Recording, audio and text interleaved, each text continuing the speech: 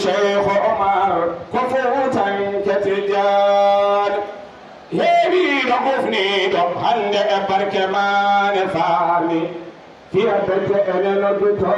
magamuuji Tijaan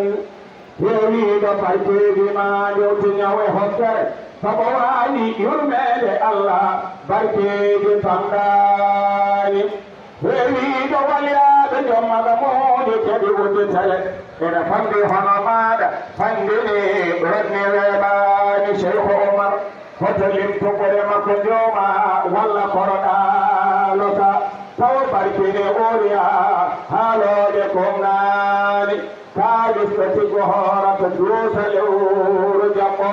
ene tagi toyo waawɓe tawa lebbi keewaani kaalisto tigo hoorata duusa lewru jammo ene tagi toyo waawɓe tawa lebbi keewaani Umar wontesi mon kadi haaldeede ɓuri kiiɗe mon jomtaaɓe jom golle golle wala kewɗe famɗaani ndowoloddi jihaadi neɗɗo e jinne fof ngari hay poñƴi hay diwri mballi Cheikh Amani ndewonoɗi jihaadi neɗɗo e jinne fof ngari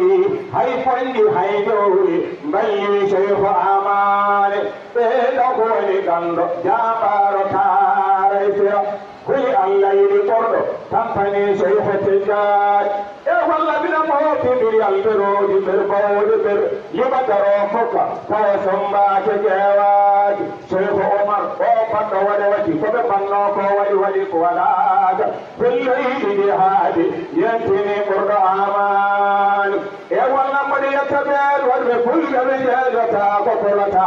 bayiɗo Umar kaba ngam Allah payaani Alpha Umar Ceerno Bayla Arba Aliou Yeri Hamadi Hamallaɗe fulɓe ɓe cuusa jeejaaki sawo donɗo kamɓe gootel sawa haa ko tiitende men lobbiiɓe aljanna jobbine ngoori maayaani wallahi ƴetto sasmaakam joɓaari maa nga poɗa